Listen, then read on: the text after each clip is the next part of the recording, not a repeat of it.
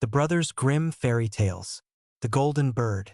A certain king had a beautiful garden, and in the garden stood a tree which bore golden apples. These apples were always counted, and about the time when they began to grow ripe it was found that every night one of them was gone. The king became very angry at this, and ordered the gardener to keep watch all night under the tree. The gardener set his eldest son to watch, but about 12 o'clock he fell asleep, and in the morning another of the apples was missing. Then the second son was ordered to watch, and at midnight he too fell asleep, and in the morning another apple was gone. Then the third son offered to keep watch, but the gardener at first would not let him, for fear some harm should come to him. However, at last he consented, and the young man laid himself under the tree to watch. As the clock struck 12 he heard a rustling noise in the air, and a bird came flying that was of pure gold.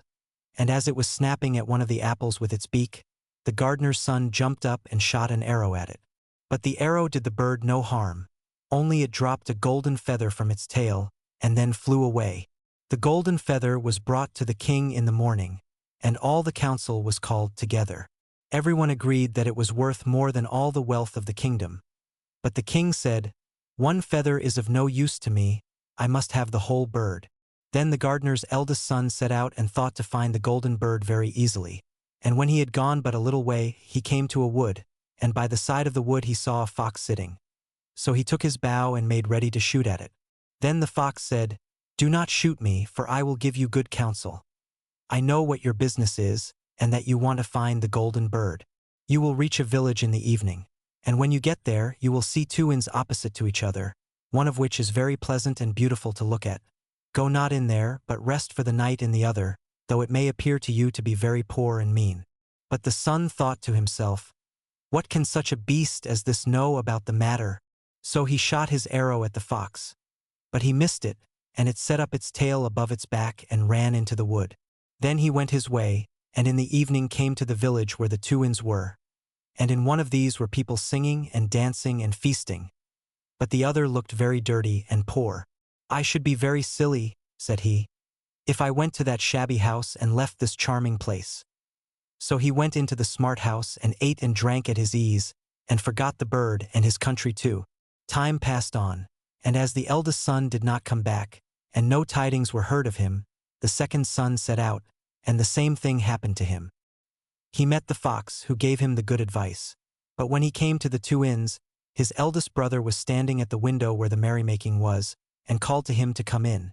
And he could not withstand the temptation, but went in, and forgot the golden bird and his country in the same manner. Time passed on again, and the youngest son too wished to set out into the wide world to seek for the golden bird. But his father would not listen to it for a long while, for he was very fond of his son, and was afraid that some ill luck might happen to him also, and prevent his coming back. However, at last it was agreed he should go, for he would not rest at home. And as he came to the wood, he met the fox and heard the same good counsel. But he was thankful to the fox, and did not attempt his life as his brothers had done. So the fox said, "Sit upon my tail, and you will travel faster." So he sat down, and the fox began to run. And away they went over stock and stone so quick that their hair whistled in the wind. When they came to the village, the son followed the fox's counsel, and without looking about him went to the shabby inn and rested there all night at his ease. In the morning came the fox again and met him as he was beginning his journey, and said, "Go straight forward, till you come to a castle, before which lie a whole troop of soldiers fast asleep and snoring. Take no notice of them, but go into the castle and pass on till you come to a room, where the golden bird sits in a wooden cage.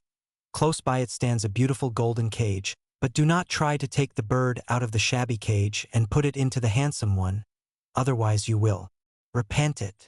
Then the fox stretched out his tail again, and the young man sat himself down, and away they went over stock and stone till their hair whistled in the wind. Before the castle gate all was as the fox had said. So the son went in and found the chamber where the golden bird hung in a wooden cage, and below stood the golden cage, and the 3 golden apples that had been lost were lying close by it. Then thought he to himself, "It will be a very droll thing to bring away such a fine bird in this shabby cage." So he opened the door and took hold of it and put it into the golden cage. But the bird set up such a loud scream that all the soldiers awoke, and they took him prisoner and carried him before the king. The next morning the court sat to judge him, and when all was heard, it sentenced him to die, unless he should bring the king the golden horse which could run as swiftly as the wind. And if he did this, he was to have the golden bird given him for his own. So he set out once more on his journey, sighing and in great despair, when on a sudden his friend the fox met him and said, "You see now what has happened on account of your not listening to my counsel. I will still, however, tell you how to find the golden horse, if you will do as I bid you. You must go straight on till you come to the castle where the horse stands in his stall. By his side will lie the groom fast asleep and snoring. Take away the horse quietly, but be sure to put the old leathern saddle upon him, and not the golden one that is close by it." Then the son sat down on the fox's tail, and away they went over stock and stone till their hair whistled in the wind. All went right, and the groom lay snoring with his hand upon the golden saddle. But when the son looked at the horse, he thought it a great pity to put the leathern saddle upon it. "I will give him the good one," said he. "I am sure he deserves it." As he took up the golden saddle, the groom awoke and cried out so loud that all the guards ran in and took him prisoner, and in the morning he was again brought before the court to be judged, and was sentenced to die. But it was agreed that, if he could bring thither the beautiful princess, he should live, and have the bird and the horse given him for his own. Then he went his way very sorrowful. But the old fox came and said, "Why did not you listen to me? If you had, you would have carried away both the bird and the horse. Yet will I once more give you counsel. Go straight on, and in the evening you will arrive at a castle. At 12 o'clock at night the princess goes to the bathing house. Go up to her and give her a kiss, and she will let you lead her away. But take care you do not suffer her to go and take leave of her father and mother." Then the fox stretched out his tail, and so away they went over stock and stone till their hair whistled again.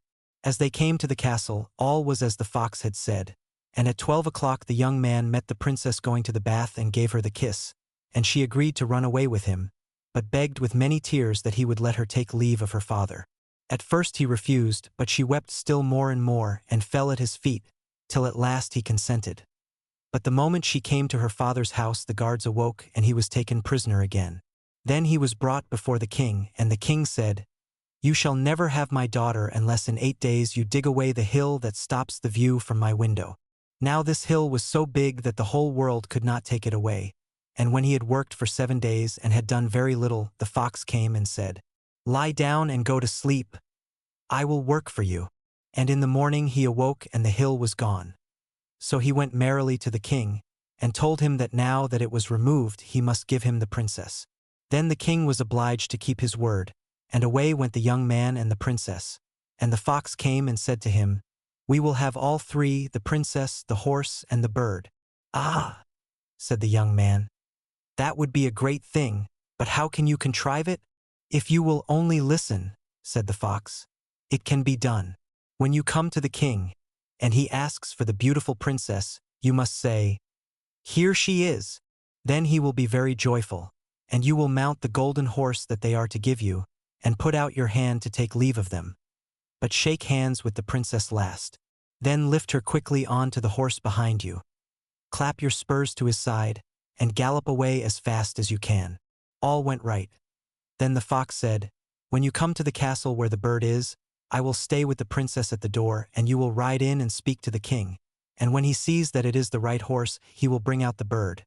But you must sit still and say that you want to look at it, to see whether it is the true golden bird, and when you get it into your hand, ride away." This, too, happened as the fox said. They carried off the bird, the princess mounted again, and they rode on to a great wood. Then the fox came and said, "Pray kill me, and cut off my head and my feet." But the young man refused to do it. So the fox said, "I will at any rate give you good counsel. Beware of 2 things. Ransom no one from the gallows, and sit down by the side of no river." Then away he went. Well, thought the young man, it is no hard matter to keep that advice. He rode on with the princess, till at last he came to the village where he had left his 2 brothers. And there he heard a great noise and uproar. And when he asked what was the matter, the people said, 2 men are going to be hanged.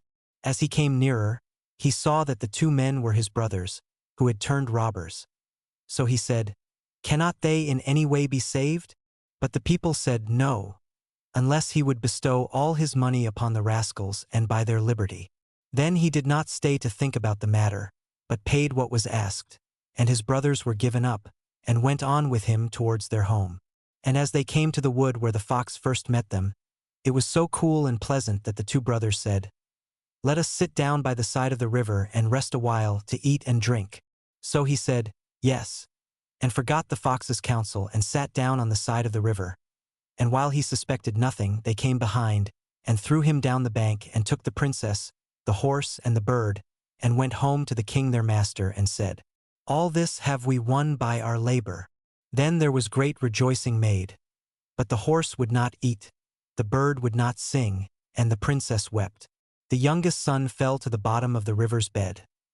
Luckily it was nearly dry, but his bones were almost broken, and the bank was so steep that he could find no way to get out. Then the old fox came once more, and scolded him for not following his advice. Otherwise no evil would have befallen him. "Yet," said he, "I cannot leave you here, so lay hold of my tail and hold fast." Then he pulled him out of the river and said to him as he got upon the bank, "Your brothers have set watch to kill you, if they find you in the kingdom." So he dressed himself as a poor man, and came secretly to the king's court, and was scarcely within the doors when the horse began to eat, and the bird to sing, and the princess left off weeping. Then he went to the king and told him all his brothers' roguery, and they were seized and punished, and he had the princess given to him again, and after the king's death he was heir to his kingdom. A long while after, he went to walk one day in the wood, and the old fox met him, and besought him with tears in his eyes to kill him, and cut off his head and feet. And at last he did so, and in a moment the fox was changed into a man, and turned out to be the brother of the princess, who had been lost a great many years.